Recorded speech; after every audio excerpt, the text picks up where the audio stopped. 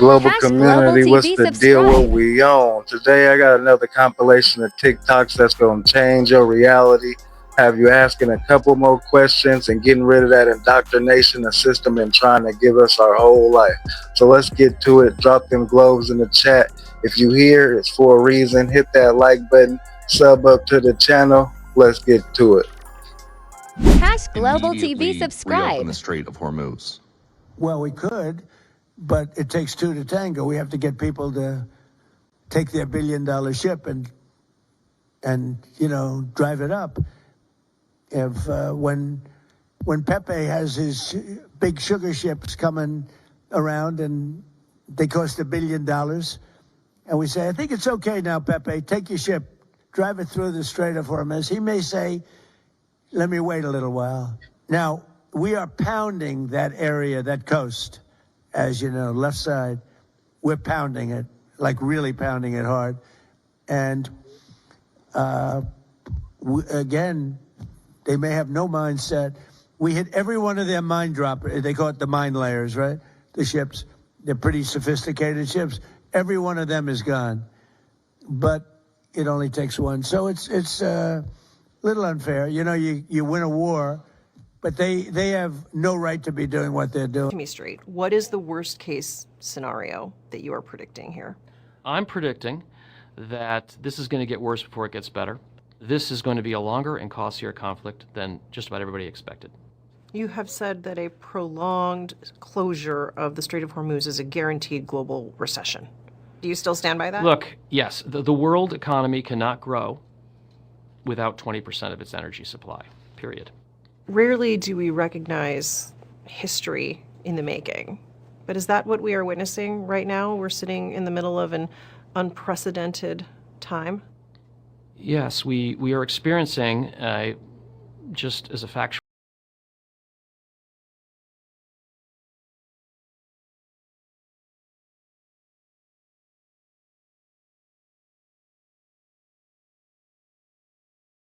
in a simulated face-off in China. The robot landing quite a forceful strike right here, appearing to knock the CEO of Engine AI right to the ground there. The CEO, covered in padded gear for the battle, appearing to be unharmed.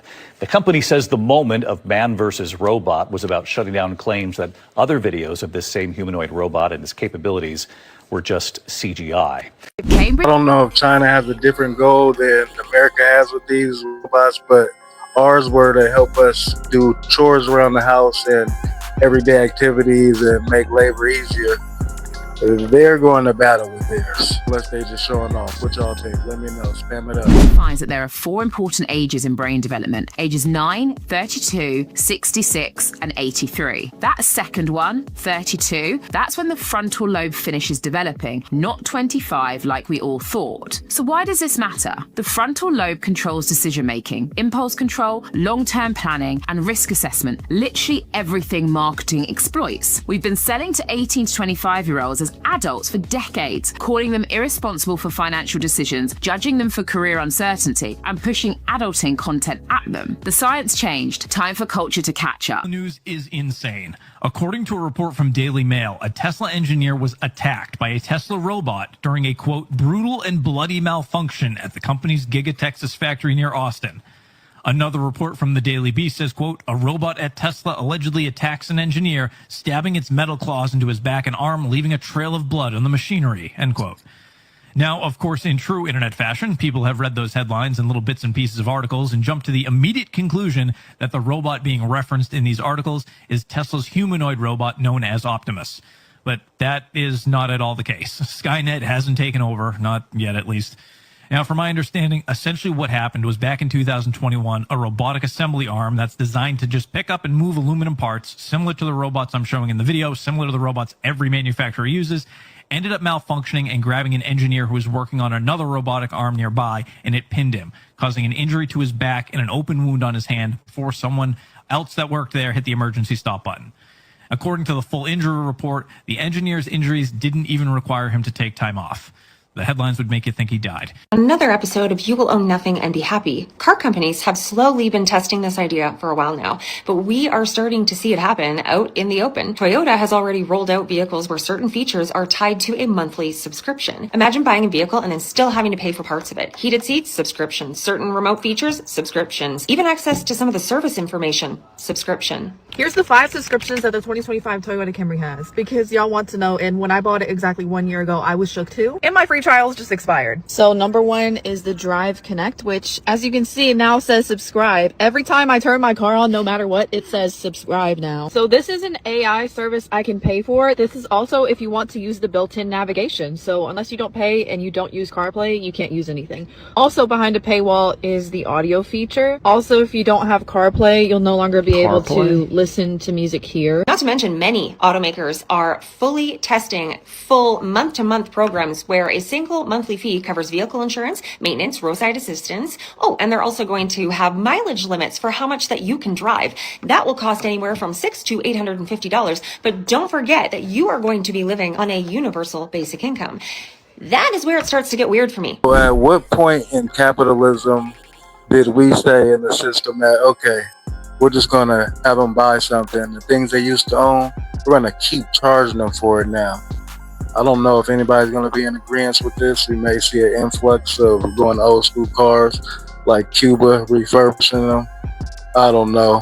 It's not going to work right. I know that. Where this is going. Most of these vehicles are basically computers on wheels at this point. They are connected to anything and can be updated remotely, and in some cases being controlled from outside the vehicle. So yes, that option opens the door for a future where access to parts of your own vehicle could depend on whether the subscription is active. $8 a month to use your heated seats? Nobody's actually going to own anything this way. And then I start thinking about the electric vehicle push and the pressure that we're seeing on the oil right now with this war, and it makes me wonder, is this another way to slowly price people out of their vehicles that they already have, so then the only option is to buy an electric one? Because when you stand back and you look at it, it's becoming pretty obvious that the future model for a lot of things is not ownership at all. It is renting. And transportation might be one of the biggest examples of that.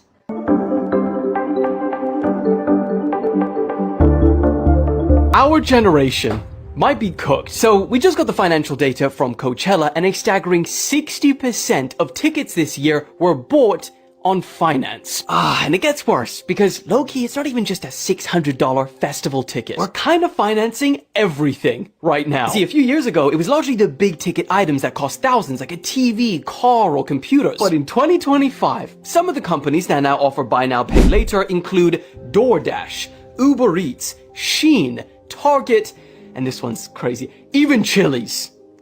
Bro, how are we getting into debt over our dinner? But it might not all be our fault. You see, usually when there's a cost of living crisis, people have to tighten up on unnecessary spending because you're kind of forced to choose between rent and a festival. But the Coachellas and the Ubers of the world, they put their heads together and they said, how do we still make money? So they said, okay, you can't afford $50 on dinner tonight. So how about we do just $5 over 10 weeks? And it has worked well. By 2023, more than half of Gen Z in the US used BNPL services. In 2024, the US spent more with BNPL than the top 4 countries around the world combined. And by 2027, it's projected $450 billion will be spent this way globally. But debt is debt. And now only 26% of Gen Z believe that they'll own a home by age 35. So the question is buy now, pay later just a trick to get us to spend money we don't have? Or a genuinely convenient tool that allows us to survive through a cost of living crisis? As consumers, at some point, we have to realize we have the control. Or do y'all see a benefit to buy now, pay later on DoorDash? Let me know in the comments. Spam it up. We all not going to agree on everything. Nature is blowing my mind. Memory loss is connected to bacteria in the gut and to gut-brain signaling. Researchers at the Ark Institute gave teenage mice the gut bacteria of old mice and then watched as their ability to remember things dropped off a cliff. And they found one bacteria in particular that seemed to drive this and proved it because giving the young teenage mice antibiotics restored their ability to perform on memory tests. But the way it impairs memory is really weird. The bacteria produces medium-chain fatty acids, which cause immune cells in the gut to secrete inflammatory cytokines, inflammation, and that inflammation stops the vagus nerve from conveying signals between the gut and the brain. They blocked those inflammatory signals, and again, communication was restored and the memory came back to the mice even when the bacteria was still present in high amounts. The big takeaway here is that some brain aging can be controlled and even reversed by focusing on things happening elsewhere in the body, outside of the brain. They're now looking for treatments that use this same pathway in humans. Follow if you want to hear about it when they publish. In 2010, a former beetle ecologist predicted America would tear itself apart. Everyone laughed. Peter Turchin, a complexity scientist, said the US and Western Europe would see growing instability over the next decade. He cited stagnating wages, ballooning debt, and too many degree holders chasing too few positions. Colleagues dismissed it. As time went on, he looked more and more right. Turchin calls the mechanism elite overproduction. More people trained for elite roles than roles that exist. The US awards 55,000 doctorates a year. Fewer than 17% get tenure track jobs. An Ohio study of law school's class of 2010 tracked graduates into jobs as pest control technicians, tennis instructors, and lingerie salespeople. This pattern isn't new. Hong Shuo Chen, born to a farming family in 1814 China, failed the civil service exam 4 times. His village had pooled resources to fund his education. After the 4th failure, he declared himself to be God's second son and launched the Taiping Rebellion, one of the deadliest conflicts in human history, with a higher toll than World War I. In 75% of historical cases Turchin analyzed, elite overproduction led to breakdown, not reform. Today, in South Korea, where 69% of young adults hold degrees, cram schools are so competitive that subsidiary cram schools now exist solely to coach students into more prestigious cram schools. Cram schools for cram schools. Brian Kaplan, an American economist, estimates 80% of education's return comes from signaling, not actual skills, which means the system doesn't fail when someone like Ellen Tara James Penny sleeps in her Volvo with $140,000 in debt. That's the system working exactly as designed. The US military purchased over 1,000 PlayStations to build a supercomputer. Back in the day, the US military needed a supercomputer, and instead of spending millions on one, they just bought 1,760 PlayStation 3s. They called it the Condor cluster, and at that time, it was one of the fastest supercomputers on the planet. Now, the reason they did it is because a PS3 cost about $300. The cell processor inside it was designed for pretty insane parallel processing, more than a normal PC could handle. So for around $500,000 in consoles, they got performance that would have cost them tens of millions with traditional hardware. The Air Force Research Lab actually published a paper about it. They used it for things like radar imaging, pattern recognition, and satellite data processing. This was actual important military workloads running on a gaming console. The military actually had to make sure none of their units were ever connected to the internet so they wouldn't auto-update and break the whole setup. I have no problem with the government spending an immense amount of my tax dollars on that. That's where it's going. Y'all making smart decisions, fine, so y'all can stretch the money and use it for other resources for us. Wonderful. But all that other egregious nonsense y'all be doing, gotta stop. Funny though, because a lot of hardware advancements come from military, including GPS, but in this case, a gaming console was actually so ahead that they just decided to use that. It has confirmed the loud boom heard by many Ohioans and some Pennsylvanians this morning was actually caused by a meteor. It's one of the stories that we're tracking for you this hour. Videos taken by eyewitnesses show the bright shooting star streaking across the sky, including this one captured by one startled driver's dash cam camera.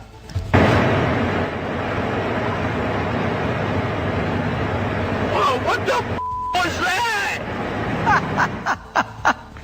A NASA spokesperson says the meteor was traveling about 40,000 miles per hour, which he added is fast for a human, but slow for a meteor. Jamie Foxx claims when he was in the hospital, they tried to switch him out, and he actually saw the white version of him walk through a wall towards him, and nobody did anything. This is so wild. Look at this and tell me what you see and what you hear. The me. Yes. When they said I was a that made me flip in the hospital. That's it. These motherfuckers tried to I didn't have a stroke. So I'm sitting in the hospital bed like these, and then I saw me walk into my room. But I'm white, so I see the white me. But he had a Caesar too, just not like you? all that, the white me, Okay, gotcha. and I'm like, and I'm trying to get their attention, and no one said anything. And I'm like, that's it. They trying to climb this mother all the thing. And so the next morning I was out of. Now, when he was in the hospital, we had allegedly heard that all kinds of stuff had happened, that he was unalived, he was almost unalived. And now it's interesting that he's actually talking about he thinks he might have been switched, and he actually saw another version of himself. What the heck is this? I had a family member. Y'all think Jamie Foxx was trolling, playing into the clone role, trying to get his comedic jokes and things up?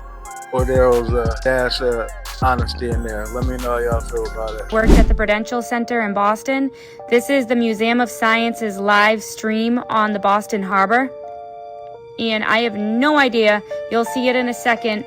Gonna go off the building and bam. What is that? Just kind of flying around there. I zoomed in on it and put it in slow motion on the next part of the video. But the crazy part is the next day when he went back to try to replay it to show one of his coworkers, the Museum of Science had actually deleted that hour off of their live stream. So I don't think it was something that we were supposed to see. Is this extraterrestrial? Is this a government experience? This is, again, the Museum of Science in Boston's live cam. Tell me your thoughts. Going on in Texas. Crazy things all up in the sky. Zombie warnings at a courthouse in Texas. This video was recorded by this guy right here, and thank you to the girl that reached out to me and sent it to me. This is not a meteor, guys. You can see it going around in circles and doing all sorts of weird stuff. At the same time, they heard something all the way from Ohio to New York, they were saying. It was a loud, crazy boom that shook everything. And we got this thing going on at the same time. And this is in Texas. And obviously in Texas, they're finding little pamphlets that are about preparing for zombies. And I'm not saying it's related, but I'm saying it's weird that all this happens at the same exact time. By the way, have you seen all the meteors lately? Like the last week? It's just every single day we're seeing these in the sky. And don't even lie to yourself and say it's a meteor. This thing is doing gymnastics in the sky, going around in circles and left and right. So I guess zombies is next. What do y'all think? Well, we're going to end our Saturday night compilation with that. Let me know how y'all feel about it. There's a lot of things going on in the world, from the spiritual side to the WAR that the U.S. is in, and all the propaganda and misinformation we're getting. Well, I'm here to give you that non-biased, non-mainstream media. I'm going to keep giving it to y'all. We're going to keep taking these rabbit holes. We're going to get down to some architecture. And we got a long journey to go. Let me know in the comments anything y'all want me to get into, us to get into. You know I am your humble host, Cash, capital K, $ for this.